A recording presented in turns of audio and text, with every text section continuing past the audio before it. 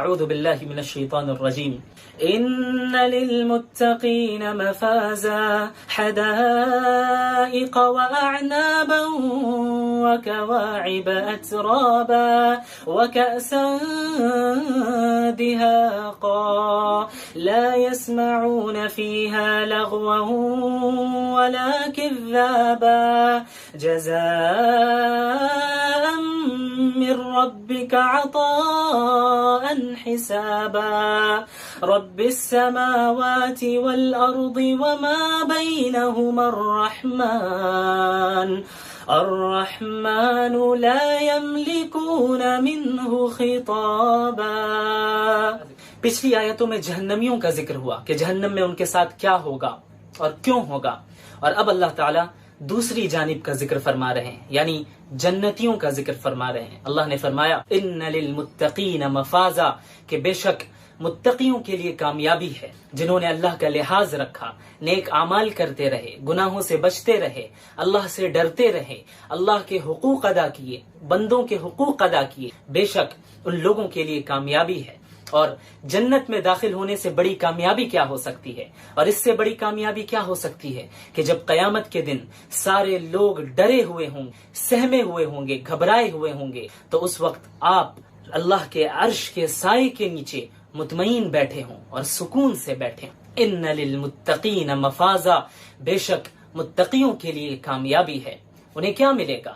حدائق واعنابا، باغات ہوں گے اور انگور ہوں گے، یعنی بہت سارے باغات ہوں گے جن میں خوبصورت درخت ہوں گے، کھانے پینے کی اچھی چیزیں ہوں گی جن میں انگور بھی ہوں گے. قرآن کے اولین مخاطب جو ہیں، جو سب سے پہلے قرآن نے جن سے خطاب کیا، وہ مکہ کے لوگ تھے، اور مکہ کے لوگوں کے لیے انگور ایک معروف پھل تھا، اور یہ طائف کے شہر سے مکہ آتا تھا، اور جب یہ پھل آتا تو وہ بہت خوش ہو جاتے اور بڑے مزے سے اسے کھاتے، اور اس کے ذریعے مختلف دیگر کھانے پینے کی چیزیں بناتے. تو گویا اللہ تعالیٰ ان سے فرما رہے ہیں کہ یہ جو انگور تم یہاں پہ کھاتے ہو مزے کے ساتھ، قیامت میں، آخرت میں، جنت میں اس سے کئی گنا زیادہ بہتر انگور ہوں.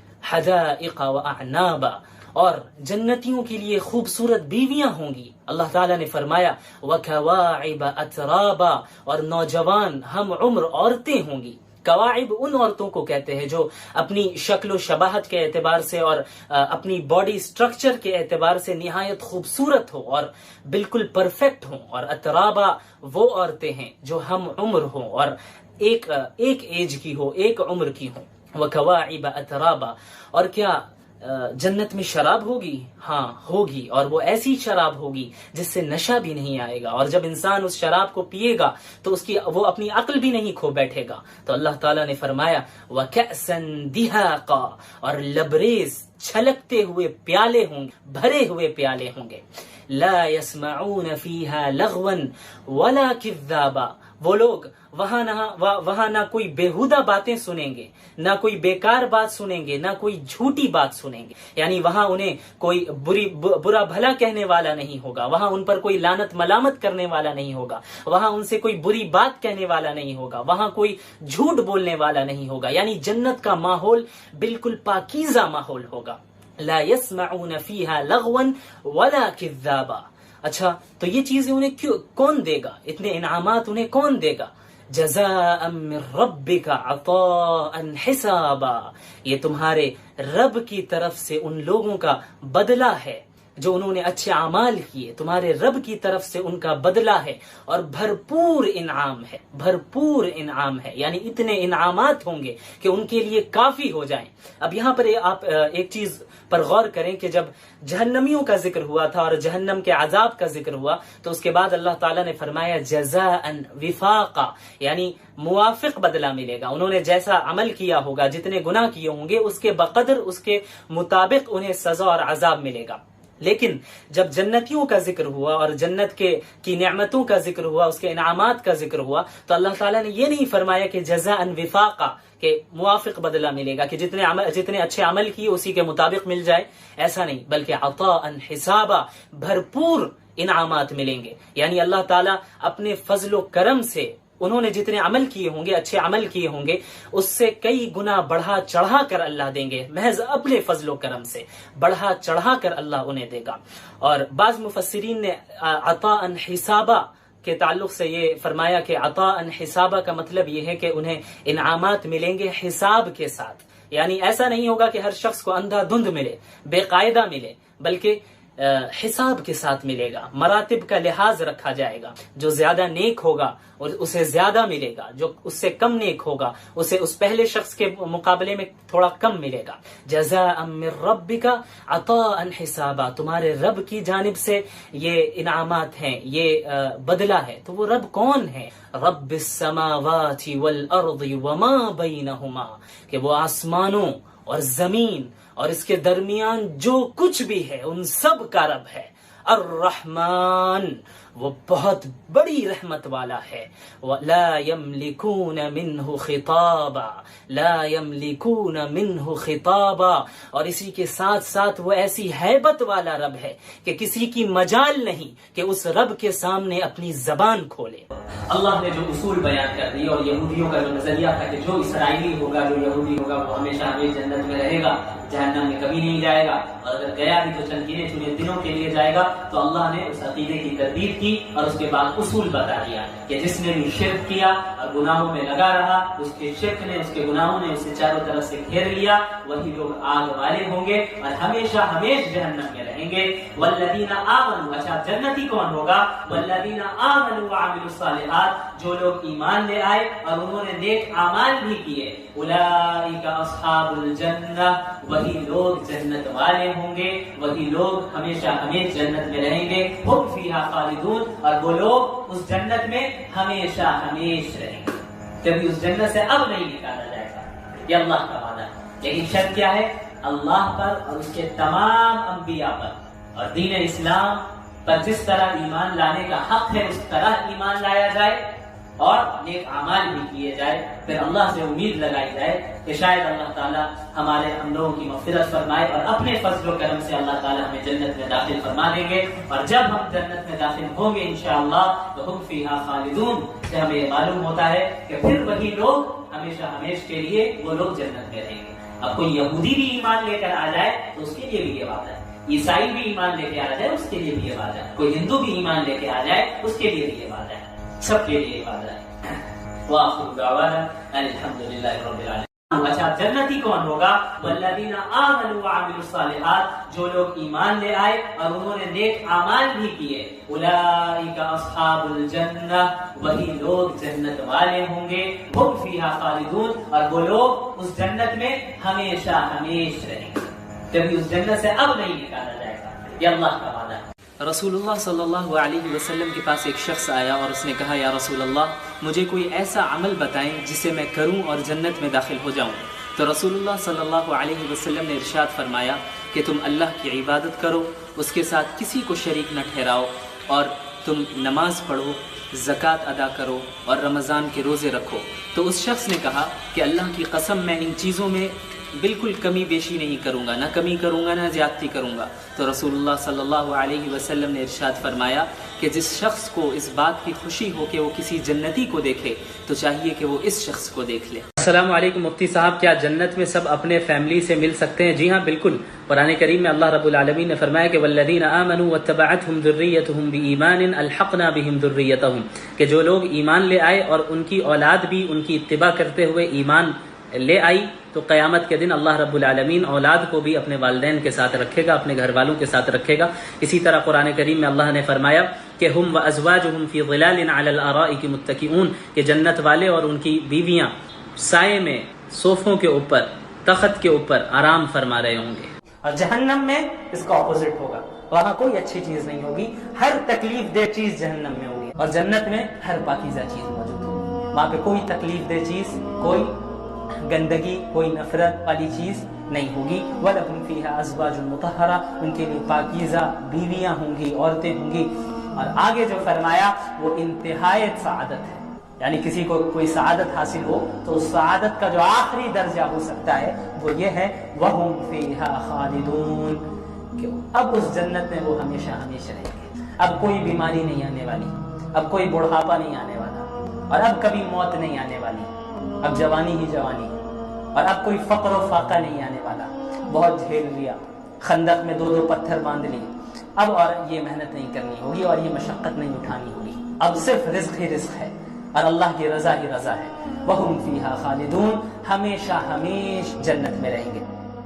کہ ایمان جو ہے یہ جنت میں دخول کے لیے شرط ہے، اس کے بغیر کوئی جنت میں داخل ہو ہی نہیں سکتا۔ اگر کوئی ایمان سے ہاتھ دھو بیٹھا ہے، دنیا جتنی بھی دنیا کما لے، قیامت کے دن وہ جنت میں داخل نہیں ہو سکتا۔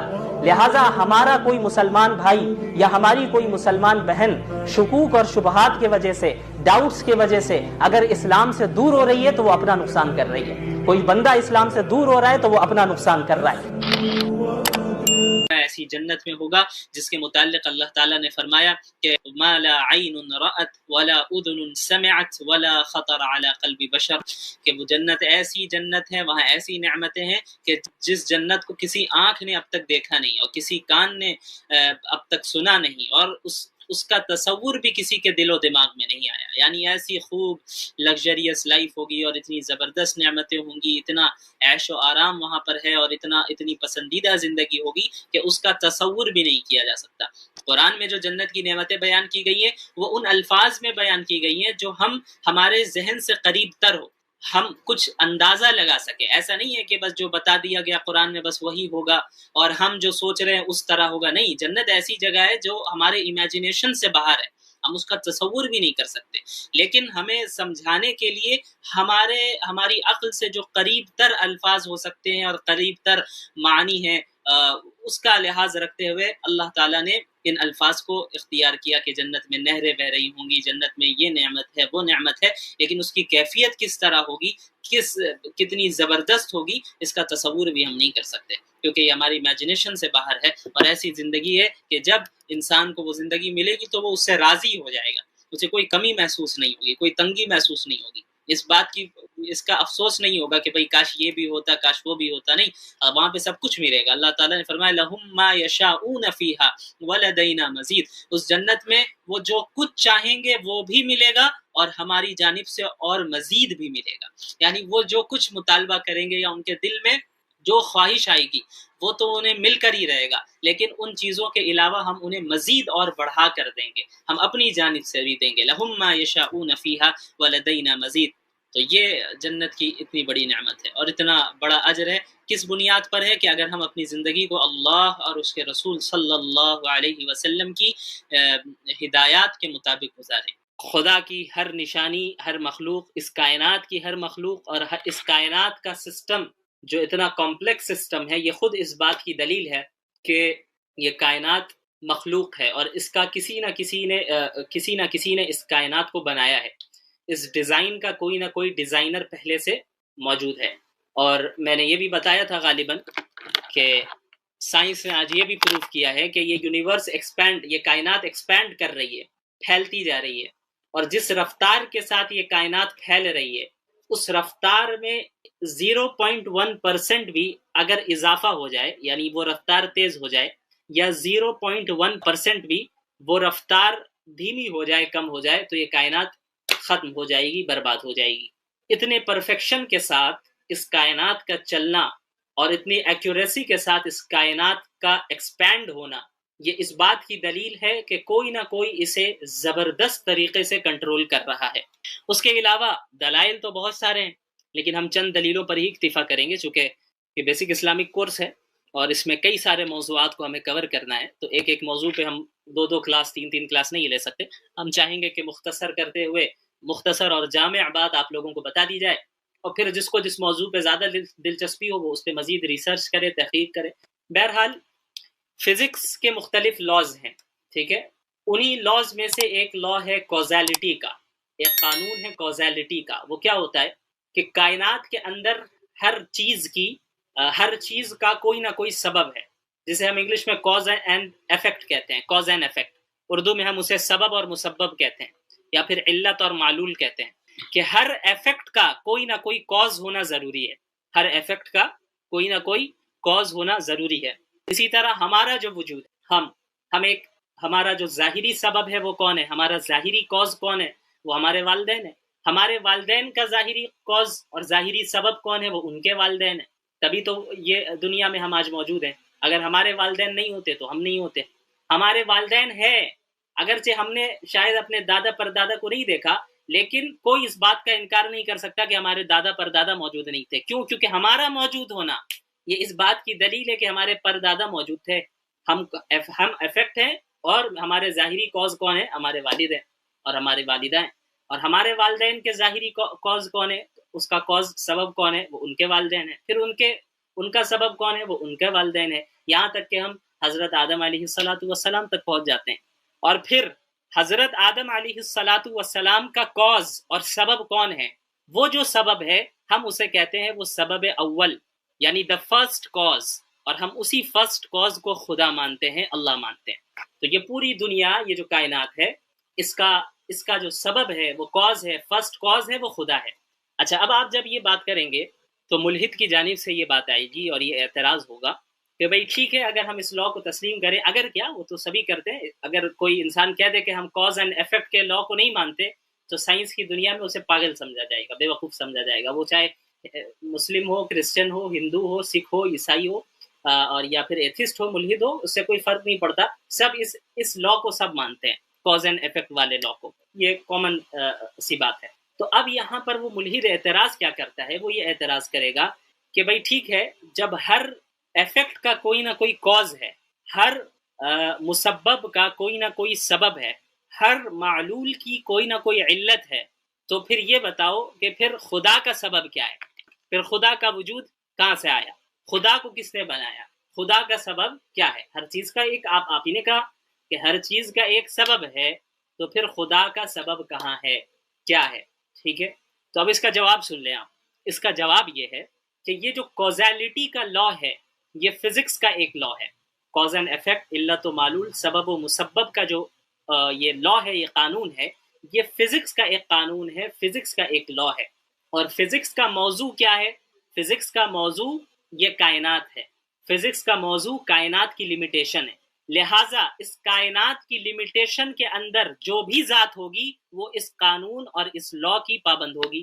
لیکن جب ہم خدا کی بات کرتے ہیں اور اللہ رب العالمین کی بات کرتے ہیں تو ہمارا یہ عقیدہ ہے کہ ہمارا رب تمام لمیٹیشنز اور تمام زمان و مکان سے پاک ہے۔ تو اللہ رب العالمین کو کائنات کی لمیٹیشن کے اندر قید نہیں کیا جا سکتا، اللہ اس کائنات کی لمیٹیشن کے باہر ہے، لہٰذا اللہ اس کائنات کی لمیٹیشن کا پابند ہوتا اگر، تب تو ہم یہ کہہ سکتے تھے کہ بھئی ہاں خدا کا بھی کوئی نہ کوئی سبب ہونا چاہیے، لیکن چونکہ خدا کائنات کی لمیٹیشنز کا پابند نہیں ہے، وہ ہر زمانے اور ہر جگہ سے پاک ہے، اسے کسی زمانے اور یہ جگہ کی ضرورت نہیں ہے، وہ ان چیزوں سے پاک ہے، وہ کسی بھی لمیٹیشن سے پاک ہے، لہٰذا فزکس کا یہ لا خدا پر منطبق نہیں ہو سکتا، کیونکہ فزکس کا جو یہ لا ہے اس کا موضوع کیا ہے؟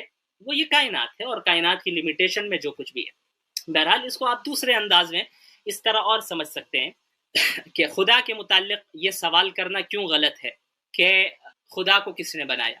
اتنا اگر وہ ادھر تک آپ لے آئیں اس کو، وہ یہ تو مانے گا کہ چلو بالفرض مان لے کہ خدا ہے، تو پھر خدا کو کس نے بنایا؟ تو اگر کاز اینڈ افیکٹ کا مسئلہ ہر ایک پر منطبق کیا جائے تو پھر یہ سلسلہ کبھی ختم نہیں ہوگا۔ پھر خدا کو اگر کسی نے بنایا تو پھر اس کو کس نے بنایا، پھر اس کو کس نے بنایا، پھر اس کو کس نے بنایا، یہ تو سلسلہ چلتا رہے گا۔ تو ظاہر سی بات ہے یہ جو فزکس کا لا ہے اس کا موضوع یہ کائنات ہے، اور کائنات کے اندر جتنی چیزیں ہیں ان چیزوں پر ان اصول کا منطبق ہوتا ہے، اور وہ کائنات کے اندر جتنی چیزیں ہیں وہ ظاہر ہے کائنات کی لمیٹیشنز کی پابند ہے، اس لمیٹیشنز کے اندر ہے، اور اللہ رب العالمین زمان و مکان سے اور تمام لمیٹیشن سے پاک ہے۔ تو فزکس کا لا خدا پر منطبق کرنا یہ درست نہیں ہے۔ اب اس کو دوسرے انداز میں کس طرح سمجھیں؟ اب آپ اس طرح سمجھیں کہ فزکس کا ہی ایک قانون ہے تھرمو ڈائنامکس کا، تھرمو ڈائنامکس کے مختلف لاز ہیں، اس کا جو دوسرا قانون ہے the second law of thermodynamics, اس کا مفہوم یہ ہے، اس کا خلاصہ یہ ہے، اس میں جو بات بتائی گئی ہے اسے بھی کوئی انکار نہیں کرتا، تھرمو ڈائنامکس کے لاز کو کوئی انکار نہیں کر سکتا، سب تسلیم کرتے ہیں، ہم بھی کرتے ہیں۔ تھرمو ڈائنامکس کے سیکنڈ لا میں یہ بات بتائی گئی ہے کہ یہ جو کائنات ہے اور اس کائنات کے اندر جتنی چیزیں ہیں، جتنے میٹرز ہیں، جتنے مادے ہیں، وہ سب خرابی کی طرف بڑھتے چلے جا رہے ہیں، یعنی ایک وقت ایسا آئے گا جب اس پوری کائنات کے لیے اتنی ہیٹ یا اتنی انرجی موجود نہیں ہوگی کہ یہ کائنات اسی طرح چل سکے، لہٰذا کائنات ایک دن ختم ہو جائے گی، اور اسی کو بگ فریز کہتے ہیں۔ وہ کیا کہتے ہیں؟ بگ فریز، کہ اس وقت کائنات ختم ہو جائے گی، کیونکہ کائنات کو چلنے کے لیے جتنی انرجی چاہیے، جتنی ہیٹ چاہیے، وہ آہستہ آہستہ ختم ہوتی جا رہی ہے۔ لہٰذا کائنات اور کائنات کے اندر جتنی چیزیں ہیں، چاہے ہم ہیں یا آپ ہیں یا کوئی بھی مخلوق ہو، وہ خرابی کی طرف بڑھتی جا رہی ہے۔ انسان جوان ہوتا ہے، پھر بڑھاپے کی طرف بڑھتا چلا جاتا ہے، وہ بھی موت کی طرف بڑھتا چلا جا رہا ہے۔ کوئی بھی چیز ہے، وہ کتنے سال رہ لے، خرابی کی طرف وہ چیز بڑھتی جا رہی ہے، بوسیدہ ہوتی چلی جاتی ہے اور ایک دن ختم ہو جاتی ہے۔